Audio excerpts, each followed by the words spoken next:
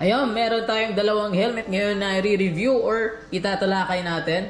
Kasi ito yung mga helmet na naging trending dito sa munting shop natin or sa munting page and syempre sa YouTube channel natin. Sa mga bago dyan, sa mga hindi pa nakapag-subscribe, paki-subscribe na lang po kasi libre na naman no mag-subscribe. And then ganun din sa pag-follow ng aming page para mag-update kayo sa mga post namin or mga bagong item at nagtre-trending na mga item possible i-upload natin dito sa video natin. So ayun, meron tayong dalawang helmet na napakamura, naging trending nga dito sa ating shop. So isa na dito yung sa left side or sa right, sa left hand natin ay yung Spider Radar. And then sa right side naman natin, version 2 ng Sec Hero or Sec Hero Noisy na yung pangalan. So unahin na natin ito kasi ito yung pinaka-new. Kung pagbabasehan silang dalawa, ito yung pinaka-bago. So, isa to sa brand ng Spider ay Spider Radar. So, meron pa tayong isa, glossy black. So, ano bang meron dito or specification dito? Natalakay na natin to nung last time na video natin. Kung napanood nyo, panoorin nyo dyan. So, okay, sa kanyang visor ay napakalapad. Siyempre, yung kanyang viewing. So, meron siyang konting lock dito. Ayan, kung nakikita nyo. Pag binaba mo to, and then, so, meron siyang konting lock.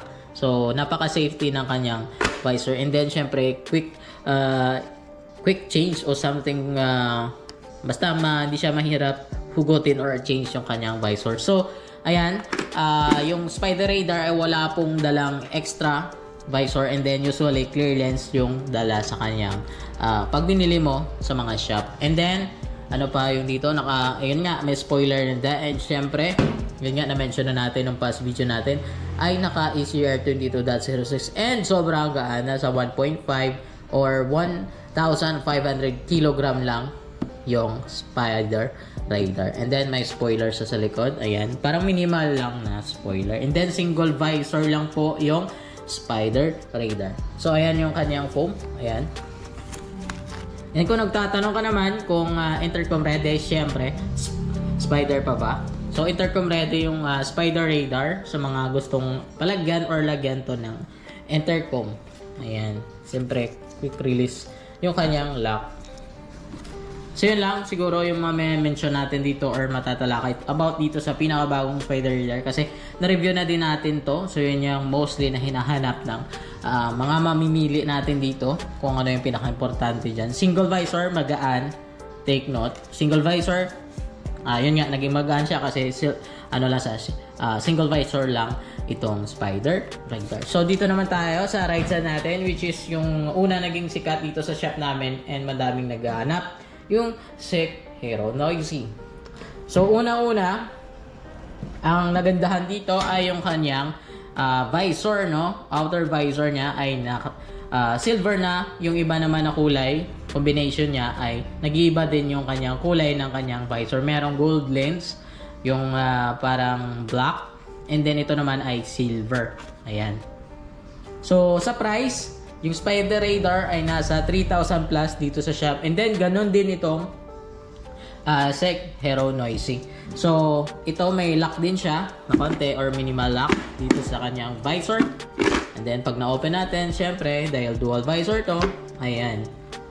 So, take note, yung Spider Radar which is nasa left hand natin, ayan, tinuturo ko, ay wala po siyang second visor sa nagtatanong dyan. Sa hindi nakakaalam, at least nalaman nyo na ngayon kung ano ba yung meron sa Spider Radar. And then, yung specification ng helmet na to. So, balik tayo dito sa Sec Hero Noisy. So, yan yung looks niya. And then, sa kanyang viewing naman, sa front or sa kanyang visor, ayan, parang the same lang sila ng design. Ayan, kung nakikita nyo, parang magkahawig sila ng kanilang visor. Ewan ko lang kung same yung manufacturer nila, hindi ko alam.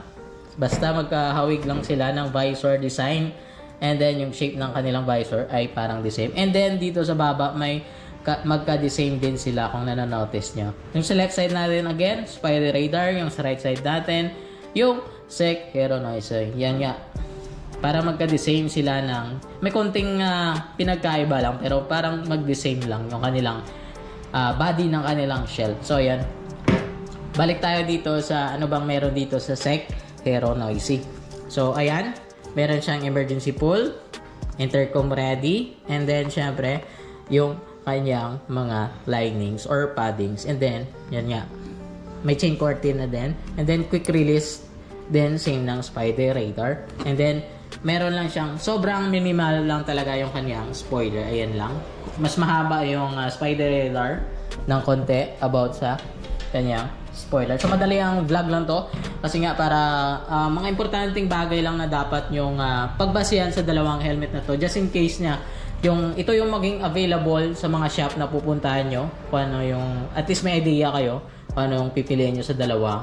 Just in case na dalawa lang yung pagpipilian nyo or dalawa lang na helmet na type nyo, is may idea kayo kung anong bibilhin nyo. Depende kasi sa gagamit. So kung gusto mo lang magka-helmet na branded, na magaan, walang cheche-boreche or accessories na something, and simple lang siya talaga, go for spider radar. Now kung medyo maarte ka, nasisilawan ka, gusto mong hindi masilaw, so go for Sec Hero Loisy. And same sila, naka ECR.2206 kung alam nyo yung ECR22.06 na mention na natin and na-explain ata yon sa past video natin.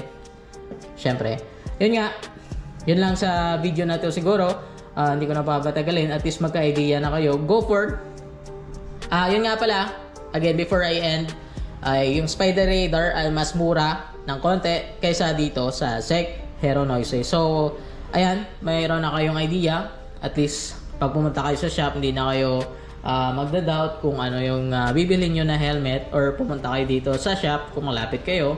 Pwede nyo itong i-fit or check para makita nyo ng personal, kasi mas maganda sa personal kaysa sa mga video or picture. So at least na-mention natin kung anong possible na mga specification na gusto nyo malaman, na-mention na natin.